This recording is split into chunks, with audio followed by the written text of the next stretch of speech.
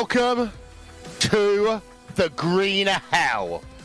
Welcome to possibly the toughest racetrack in known world. Welcome to the legendary Nürburgring Nordschleife and to the 5th race meeting of the Porsche Esports Sprint Challenge.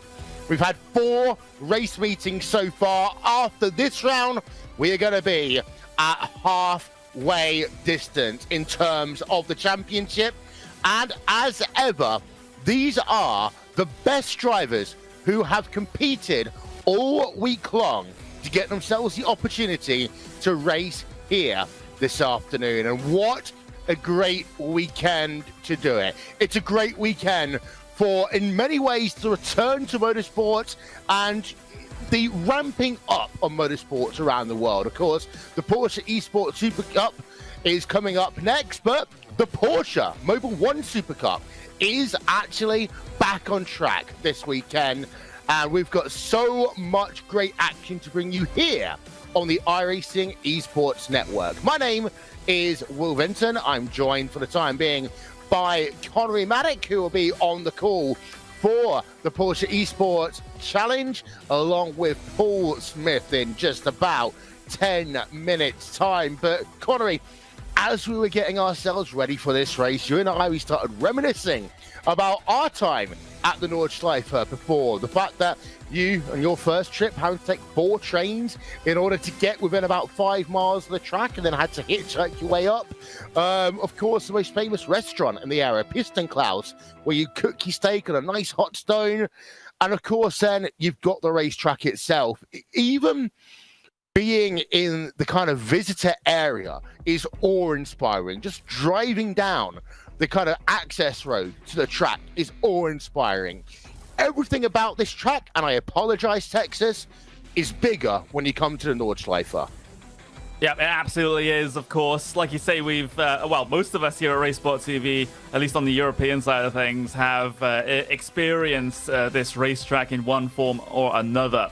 But, you know, in this situation, well, I'm going to have to mention it here. We did get stuck in a ditch once. We did get stuck in a ditch. It was not my fault at all.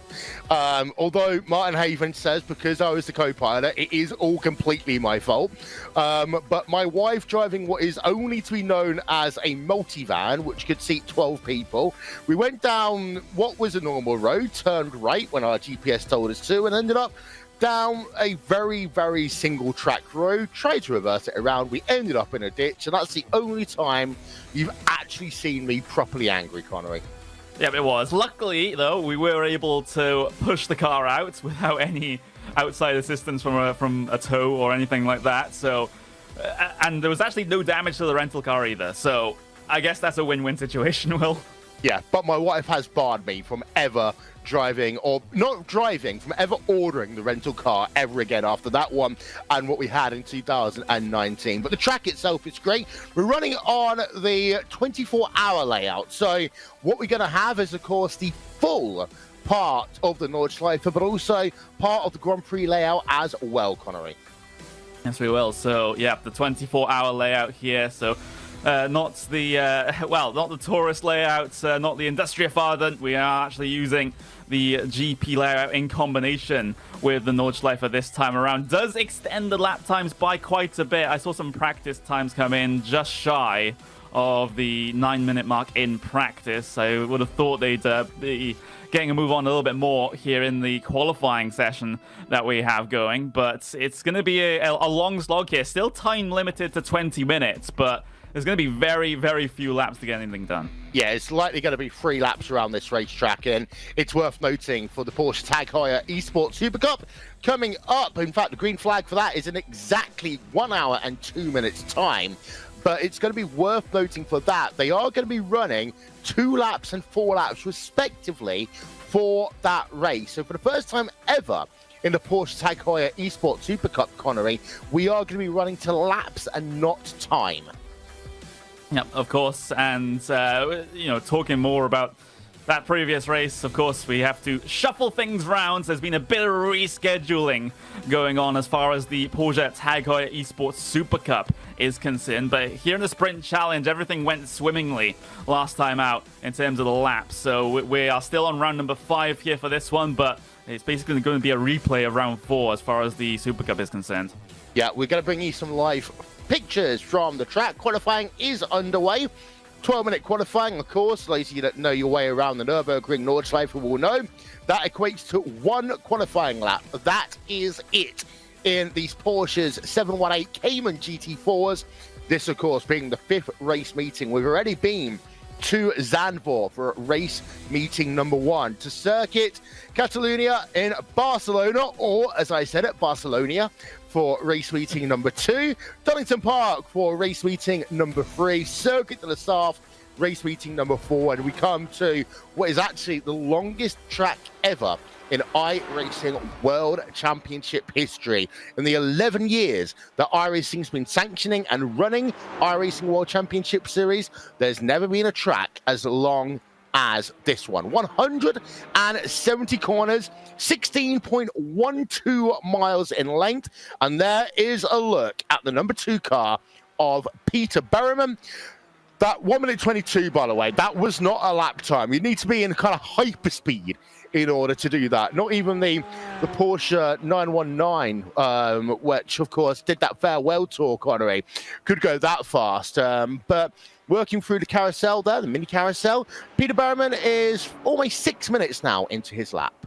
Yeah, of course. That short lap time being, you can on this 24-hour layout actually cut into the final corner of the GP layout and then come across the line to start your actual lap without actually having to go through the entirety of the Nordschleife. So it just gives you a bit of a shorter out lap, because you don't want to be out there for 8 minutes just on an out lap. You want to get things going very quickly, and that's exactly what these competitors are going to be doing. But Peter Berryman, that car that's up on screen for you now, had a bit of, well, hard luck, shall we say, at the end of the last race. He tried to pull off an aggressive move on Michael Gard coming into the final chicane. But, well, it was a bit of argy-bargy, shall we say. Michael Gard went off the circuit and then rejoined at an angle the stewards deemed too unsafe. And we can actually say Michael Gard got a 10-second penalty for that rejoin. So that means that instead of Michael Gard winning the race, it was actually Kim Eriksson officially winning. But Peter Berryman, he still ended up finishing 5th, because obviously you can't put him back to where he theoretically would have been after that incident. So he still gets a top 5 finish, but he would have been desperately wanting that race win. Yeah, as we have a look then at the Vodafone on board with Peter Berryman. 3 minutes remaining in qualifying. We're going to see a lot of drivers all set their times within the space of about 30 seconds of each other. But the thing that I want to mention here as well, Connery, we are going to see a lot of drivers who will have to start this race based upon their iRating. And the way the rules work is that you will, if you set a qualifying time, great, you're on the grid. If you do not set a qualifying time, you will line up in iRating order after the slowest driver who has qualified. Yep, that's going to be the important point here, both here in the Porsche Esports Sprint Challenge and in the Porsche Heuer Esports Supercup as well. We'll get a lot of drivers perhaps not getting themselves a valid qualifying time. And the exact procedure that you mentioned there will come into effect with those drivers that did not set times lining up in iRating order. It's so easy to pick up an instant point around a lap as long as this. And for those guys in the Super Cup, at least, they only get 1 lap to do to make the grid. Yep, so we are now just 2 minutes away from qualifying ending. There's a look at the qualifying time so far on the left-hand side of your screen. It is Kim Eriksson in the number 6 car from Finland who is leading the way. The 11 car of Matti Sippola, also from Finland, in second. And if memory serves me correct, that's a Finland 1, 2, 3 as well, as because Antti Ahola from Finland is in 3rd place. Peter Berryman comes past the start-finish line, and, well, he finally breaks up that finish domination. We're going 3rd place in the number 2 car.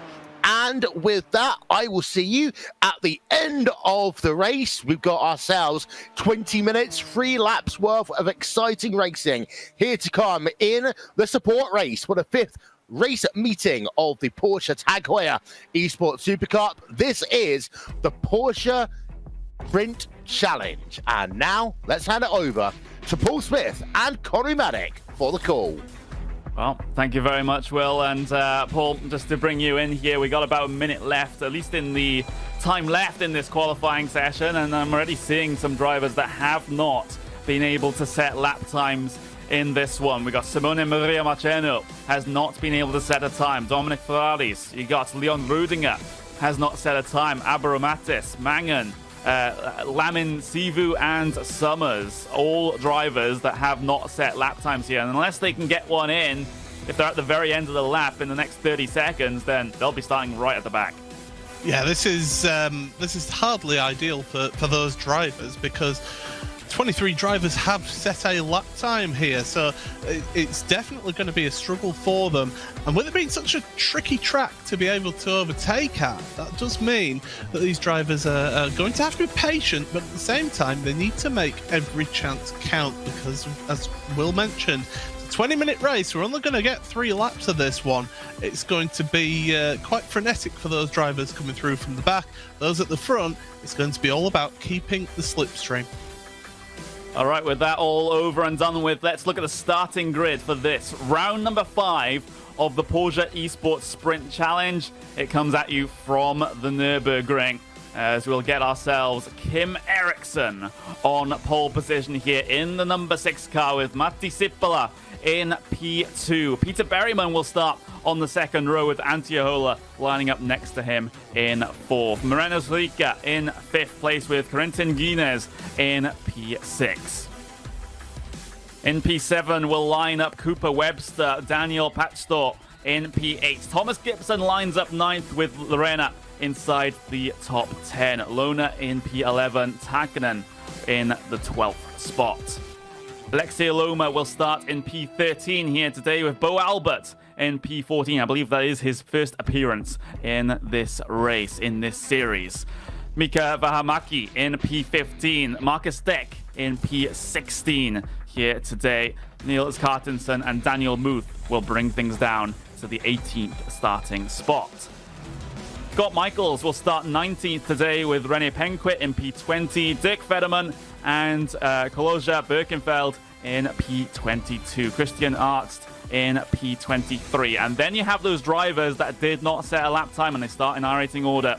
It's Marceno, Mangan, Rudinger, Ferraris, Summers, Abramatis, and Lamin Sivu, bringing things down to the 30th spot on the starting grid. So drivers right now taking themselves to the aforementioned starting grid. Of course, standing start as ever in this series, as those red lights will appear on the starting gantry. Kim Eriksson from pole position. Remember, pole position is on the outside coming into the first corner here. So if Sippola can get a good start, then he has a decent chance of challenging for the race lead into turn 1. We are green flag racing here for round number 5 of the Porsche Esports Sprint Challenge. A big old concertina effect into turn number 1. I'm seeing no instance so far. Sippola trying to fight with Berryman for P2, but Sippola will come out on top. Berryman actually has a terrible run off of turn number 1, so Antti Ahola can challenge him into the left-hander. He's not going to be able to get his way by, but look at that side-by-side behinds. Moreno Surica, Quentin Gunes deciding to scrap it out here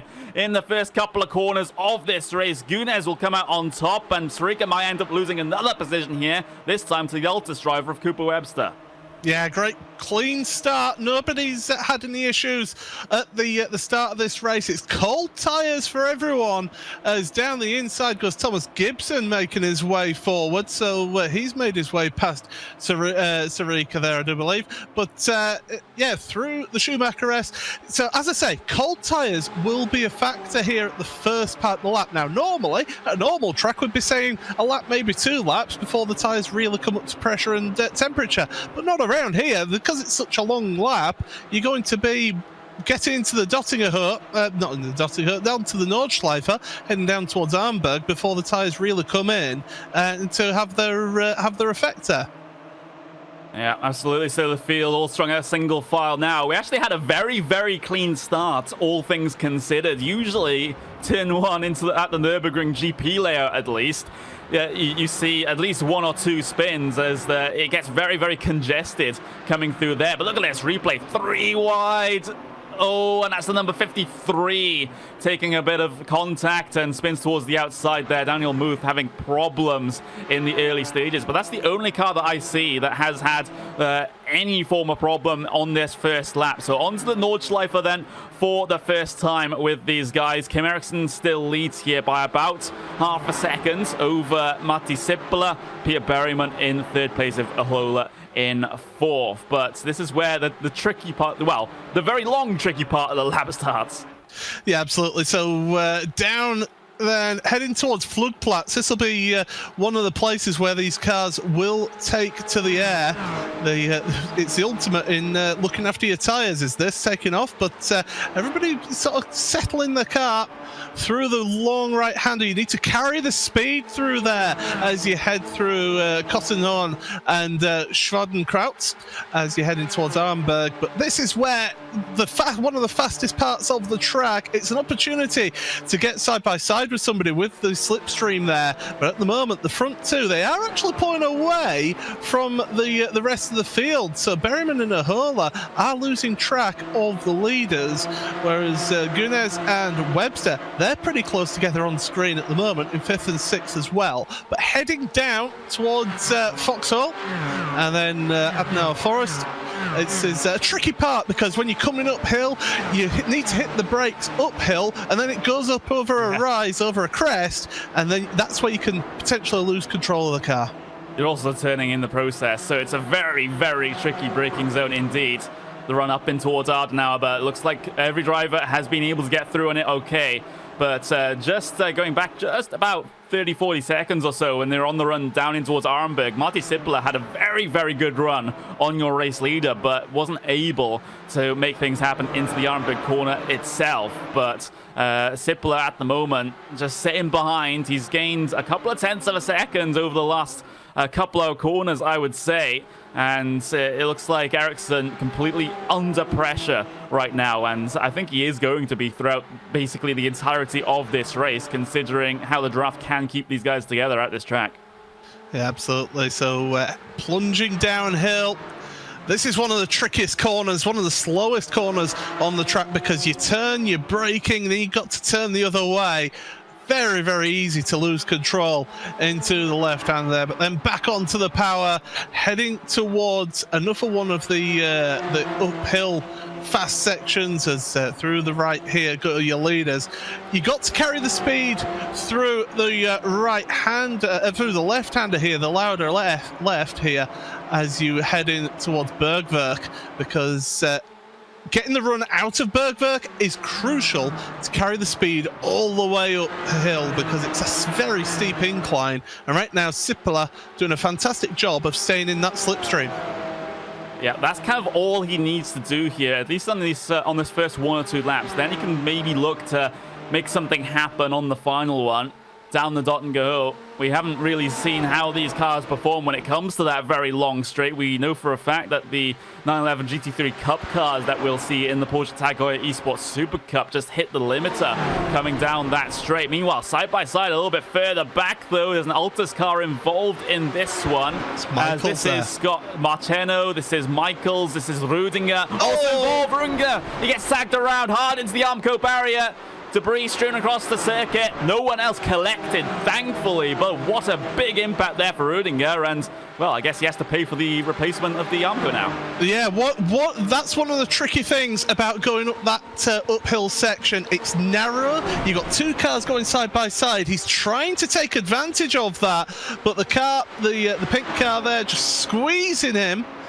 And as you're heading in towards Bravery, just not enough room given there into the barrier. Fortunately, nobody else gathered him there because it's so easy to do. But you can see how badly damaged that car is. And he's got no rear wing on it, but he's still challenging and still pushing on here. I mean, it might as well. You got to deal with the card that you have been dealt sometimes, and that car is not too happy with some of these corners. Just getting the back end out a little bit through one of the lefts there as we head basically into the final third of the Nordschleife here. Of course, the part of the track where I have the least experience because I don't usually get to this point, Paul, I'll be honest. Oh, this is a fantastic part. It's coming up to one of my favourite parts of the circuit here. We're just heading towards the left up here. Then you've got the right up over the crest and heading towards the Beloff S. And it is just absolutely sensational. We're not quite there yet. So come down here. And this is over the crest into Brunsham, through the right-hander, and then as I say, you've got the Beloff S coming up here. Absolutely full throttle up over that crest. The car goes light, plunge downhill through the right, still keeping your foot absolutely welded to the bulkhead there, and through you go towards the right-hander. And tricky, it's a fast right-hander. It's quite a fast right-hander, this. You just carry enough braking just to get the front end in through the left, and then the Kleiner carousel, the mini carousel here. Into it deep. Don't hit the curb on the inside or else that will push the car out wide and give an opportunity to the driver behind. And then it's Galgenkopf, the right-hander, long right-hander. Look at Ericsson, back end, sliding out there. Not the best run, and this is going to give Sippler the best opportunity down the Döttinger Höhe. But right now, what these drivers will encounter is those in the slipstream will soon be hitting their rev limiter. Yeah. We'll see it happen as Sippler still closing in. He's actually giving Ericsson a bit of the flash of the light treatment down the Döttinger Höhe here. He's still closing in. And Ericsson, well, this is now the point where Sippler starts to stall out because he's hitting the rev limiter. So he's not gaining as much as he was now, or at least not accelerating as much. And down the hill and then back up it into the final couple of corners of the Nordschleife. Sippler not able to make anything happen here at the end of this lap, but he's doing all he needs to do. He's keeping himself in contention here. Berryman is not too far off the back of these guys, actually still very much inside the conversation when it comes to those all of those podium positions. But across the line then to complete the first lap here. We have 2 laps to go at the Nürburgring Nordschleife combined layout, and Lona and Patstor, I believe, are going side by side into turn number 1. Patstor. That's Elema. Oh, yeah, there's actually 2 sets of battles that I'm trying to keep track of here. Aloma and, Lorena, they tag coming off the corner. They're both able to keep it together, though, but that's just what happens sometimes coming through that first sector. It does get very tight very quickly. It does indeed, especially through that chicane. We don't normally use that chicane here, but I tell you what, it's a great opportunity to make a move there. You can get the cut back through that chicane as well if the car doesn't hold that inside line through the left. So if you're the second car, you can get a good run out the corner. But look at the front now. It's 4 cars together. It's only covered by less than a second between them. So really close action up at the front of your field. And Ericsson, you just get a feeling that he's just sat there and he's thinking, well, it's a matter of when, not if, somebody decides to make a move. You have to remember as well, Ericsson officially the race winner at Le Mans due to the penalty that Michael Gard had incurred at the end of the race, but I'm sure he'd rather to take the win coming across the line instead of in the steward's office, right? Oh, absolutely. Yeah, you want to finish first in a race, and yeah, if you get given it in the steward's office, then it's a little bit of a hollow victory, but you still take it. Yes, that's no doubt about that. You still take the result from that. But Ericsson, right now, he doesn't need to worry too much here. He just needs to hit his marks through this section of the track. He doesn't need to concern himself about the driver Sippler in second place making any rash moves. That'll come on the last lap when people get a bit more desperate. But right now, lap 2 of 3, he's just got to just keep it calm, keep it cool. Make sure you hit all the curbs where you need to hit them, but not all the curbs, because some of these curbs are evil and will just suddenly kick you off track and into an Armco barrier.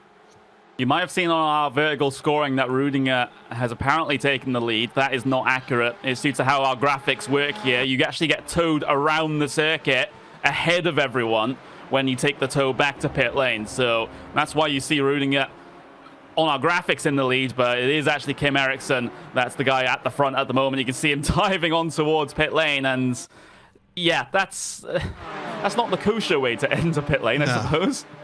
No, but the thing is, with the simulator, some people might think, well, that's a massive corner cut. You know, he's going to cut the entire track. Well, the thing is, with the simulator here, if you end up going into the pits that way and going to your pit stall, you get a significant stop and hold penalty. So he doesn't gain any advantage at all. It'll drop him to the back of the field in this race. So don't worry, don't panic. If you're thinking he's trying to get an advantage, he's not going to get one. Yeah, so it just messes up our graphics a little bit for the time being. I suppose that's the only effect of Rudinger coming down on towards the pit lane in that fashion. But look at this 4-car train at the front of the field is still sort of bunching up at this stage. I mentioned earlier about how Berryman's still in the picture. Well, you can now extend that to Antiahola as well, as he is going to be the car that's 4th in line here. There's quite a gap back to Cooper Webster, though, on the order of about 1.5 seconds. But if these guys start scrapping, then Webster is potentially still in this, as well as Guinness, Gibson, Sarika. There's still a whole bunch of cars behind these guys that would really, really love to scrap for, well, some of those, I guess, prize-paying positions in terms of the bonus cash that you get for finishing.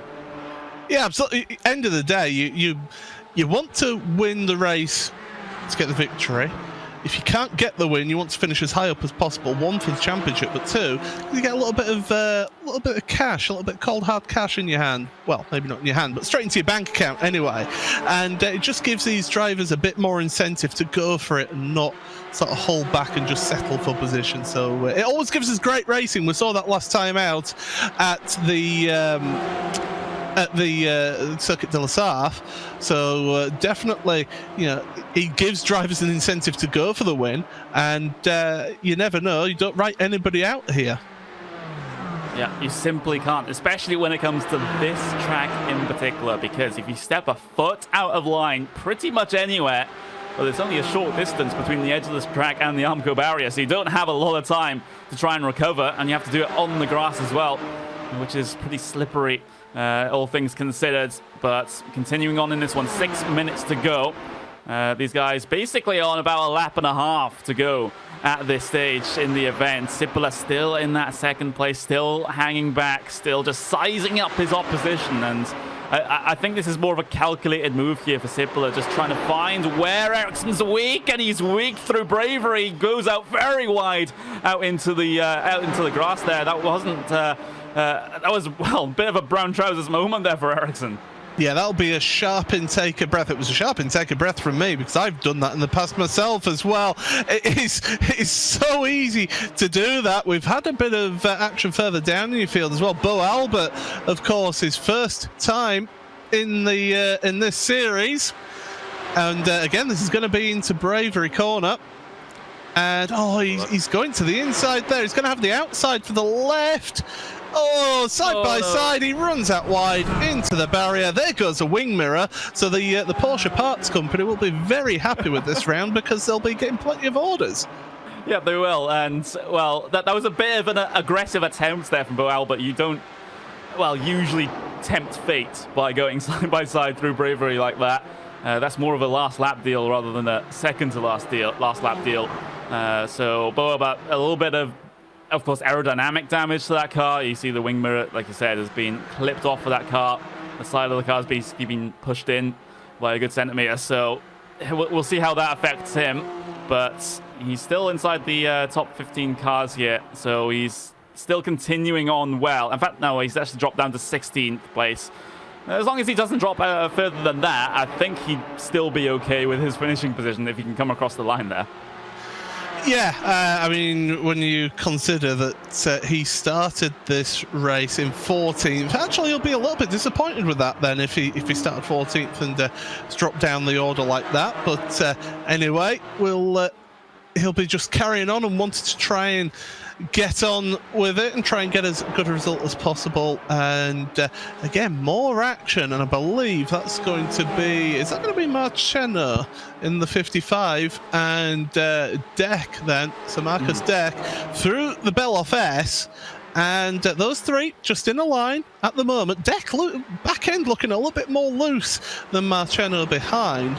So he seems to have his car set up a bit more for turning capability here. Oh, Aloma makes a mistake ahead of them. Just a little bit in the corner before this Kleiner carousel. But he's able to keep things together. But it does mean that Deck just been able to gain a couple of tenths of a second on him coming into the corner before the Dotting Hole, the Galgenkopf. And then it's basically in full throttle for a good minute or so coming down this very long back straight at the Nordschleife. So Deck just sitting in the slipstream all the way down here. Of course, is the more optimal way to do things. You can see some cars getting nervous trying to see, well, can they make the pass in the slipstream? Can they not? Are they hitting the rev limiter? Well, the case is going to be yes if you're in the slipstream here. But meanwhile, at the front of the field, that was an attempted look by Matti Sippula over Kim Eriksson coming to the end of the Dottingerho. But I get the feeling you need just to be that little bit closer through Galgenkopf to be able to make that move coming towards the end of the straight. But here we go, towards the end of the lap then, and we will be getting the white flag this time around.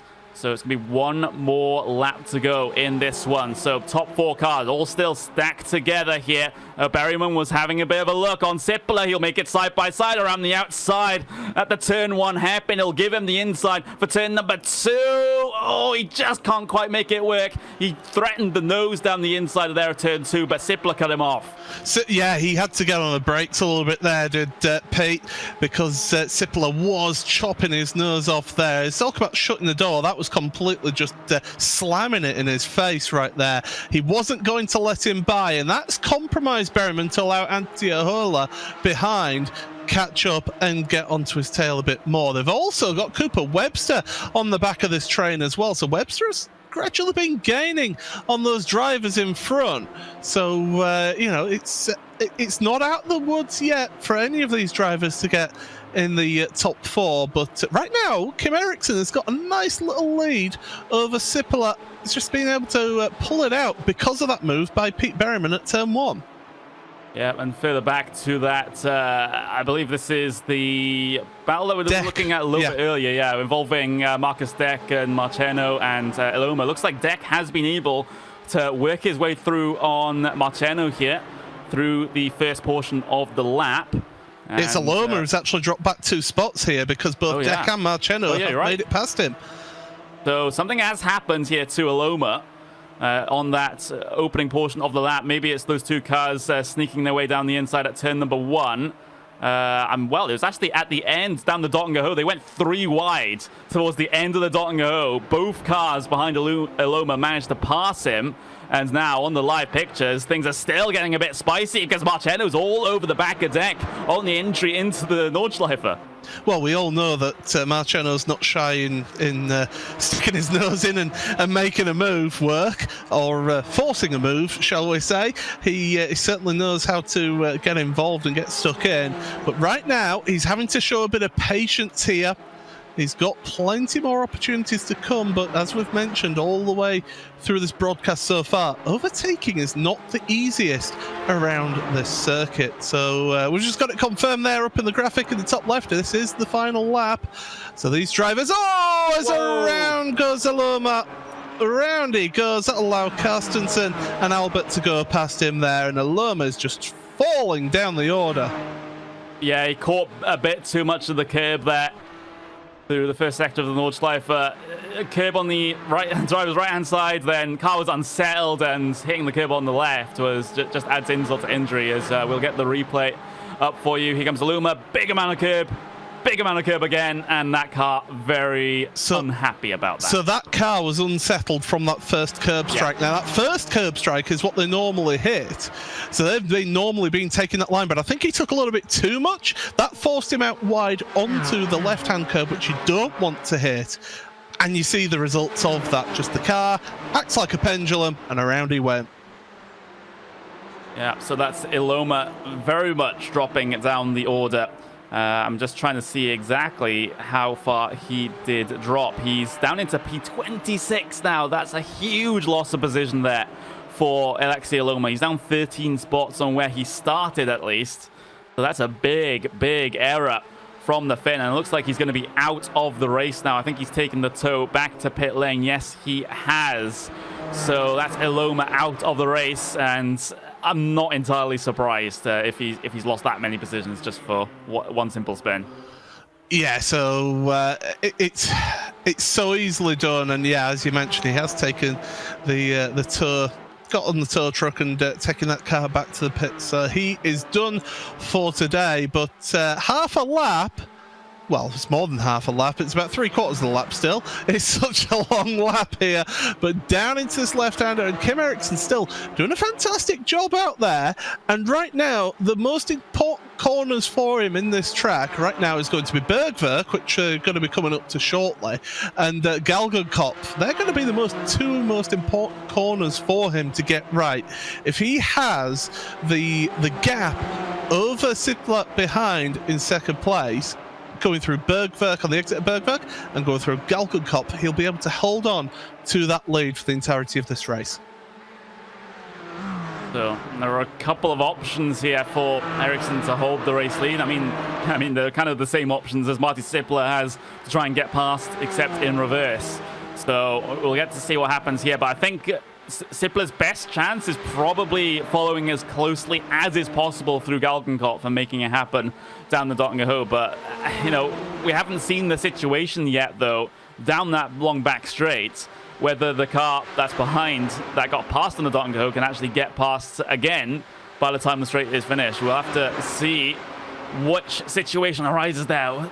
Eriksson's so close to the Armco barrier before the left-hander of Bravery, and now it goes very, very wide.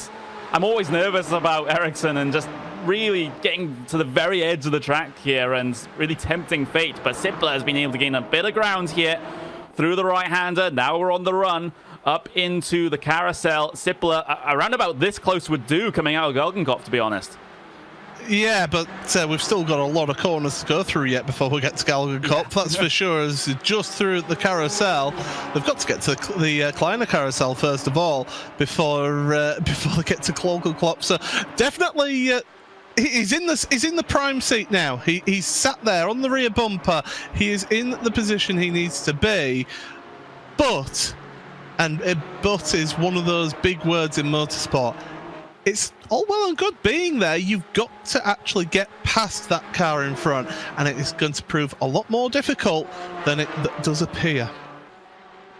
Yeah, very difficult. 2 tires into the grass, though, for Sippler. You have to be careful with the grass around here. Otherwise, you'll be finding yourself rather quickly buried in the Armco barrier. But Sippler, in that instance, gets away with it, just like Eriksson has been doing through some of these corners, really teasing out the track limits, but keeping hold of the car, which is the important point. But we've basically got a part of the Nordschleife to go, and that is going to be it. As Kim Eriksson, again, sliding it through the left there. That car does seem a little nervous to me. Yeah, but to be honest, that's because he's pushing the levels of adhesion here. He's got to be careful not to overheat those rear tyres. Of course, it is a 20-minute race, is this one. So still, yeah, we're on that final lap now, and those tyres were just starting to be going off, especially when you consider the track temperature, 29 degrees Celsius. It's actually not too hot there, but Sippler right now, he appears to be close enough to make this one count. He needs to be this close going through the next 2 corners. Yep, he needs to maintain this sort of gap. Well, even closer would be nice, but you got to consider Berryman's sort of stalking in the background here. he might become a factor at the end of this one, depending on the exact set of circumstances. But here is the crucial right-hander, the crucial run for Sippula out of the corner required to be able to get this big old slipstream down the Dottinger Ho. And, well, he's slowly starting to close in, but perhaps not at the rate that he would imagine would get him past here. As he builds up speed, coming down the straight, you can see the wonderful overhead shot, all 4 cars vying for podium positions. But here comes Sippula, big run of speed up the hill before you dip down again into the final couple of corners of the Nordschleife. Sippula has a car length clear. No, he's not clear just yet. Ericsson's still trying to stick his nose in. Ericsson's lost the position now, so that's Sippula to the race lead for Core Sim Racing. Hard on the brakes then into the final couple of corners. Can Ericsson do anything about this? The answer to that is going to be no. Out of the final corner, there's going to be a run to the line, but a run to the line that's won by Martti Sippula. Brilliant finish there. In amongst your leading group, Sippula, he was able to make it work. Down the Dottinger Ho, we haven't quite seen passes in that leading group coming down that straight, but Sippula was the man to make it happen. The rest of the runners coming across the line now. A bit of a side-by-side between Mangen and Cartensen there across the line, and Cartensen will be able to come out on top by less than a tenth of a second there in that instance. So great battle for P number 14 out there on circuit. But that is the end of the Porsche Esports Sprint Challenge here at the Nürburgring, as we get our finishing results in the bit, Paul. I was just going to point out here, half a second between your top 4. Half a second between your top 4, including Pete Berryman finishing in 4th place. He dropped behind Antiohola at the line there. So great, tremendous stuff. There's still people actually finishing off the race here. They've finally all made it through, but yeah, what a breathtaking race. And well, second week in a row, we've had an absolutely dramatic finish, but this one ends in more amicable circumstances. Martti Sippula up into the race lead in the final couple of corners of the race. Comes across the line by 1/10 of a second. Just over that from Kim Eriksson. Antiohola gets himself up into 3rd place. Pete Berryman slides back a little bit into P4 here today. Cooper Webster off your leading pack. He was in a bit of no man's land, a couple of seconds behind your leading pack, a couple of seconds ahead of the rest of them. He finishes in P5. Daniel Patstor in P6. Quentin Gunes in P7. Renan Surica finishes in 8th. Thomas Gibson, P9. Moritz Lona in P10. And then those cars further down the order, you have Mika Vahamaki in P11. Simone Marceno in P12. Marcus Deck in P13. Niels Cartensen comes home P14. Oscar Mangen in P15. Bo Albert finishes in 16th with a damaged car. It's great, all things considered. Joni Takkanen in P17. Ronaldo Lorena in P18. Dirk Federman in 19th. And Daniel Muth will round out the top 20. And then those cars in the bottom third of the race here today. Rennie Penquit in P21. Scott Michaels P22. Lamin Sivu in P23. Ferraris in P24. Charlie Summers finishes in P25. Abro Mattis P26. Birkenfeld in 27th. Arzt in 28th. And those cars that finished one lap down. Alexia Loma with a problem on the final lap with hitting a couple of curbs, and Rudinger taking the quick route back to the pit lane, which will net him a 15-minute penalty. So he finishes one lap down. But I gotta say though, Paul, just again, another amazing finish in this series. It seems like it's delivering time and time again. It's sensational, and yeah, it's great that Porsche brought this series into it, and iRacing. Let's not forget that they are collaborators in this. It's great that they brought this series into this to give a bunch of more people, a bunch of talented people who didn't qualify for the Porsche Tag Heuer Esports Supercup, but to give them the opportunity to race at these weekends here, show their talents on display here, and to earn themselves some money as well. So congratulations to them, because they gave us a great, enthralling race. Yeah, we just got a replay of the 3 wide situation from that mid-pack battle that we were paying attention to. We actually get to see it again here. It was Aloma, Deck, and the driver of Marceno involved in this one. Look at that, 3 wide down the Downhill.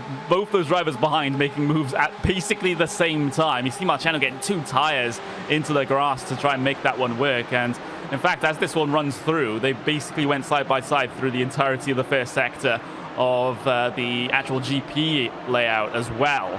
So fantastic racing in the mid-pack here, and it just goes to show it's not just the front of the field that delivers.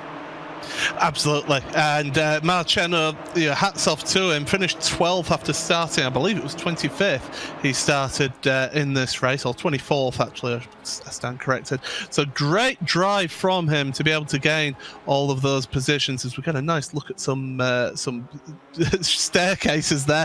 But yeah, these drivers, they gave us a tremendous display, and it shows what you can do. You can fight door handle to door handle, mirror to mirror throughout this track, and hopefully that bodes well for what we've got coming up shortly.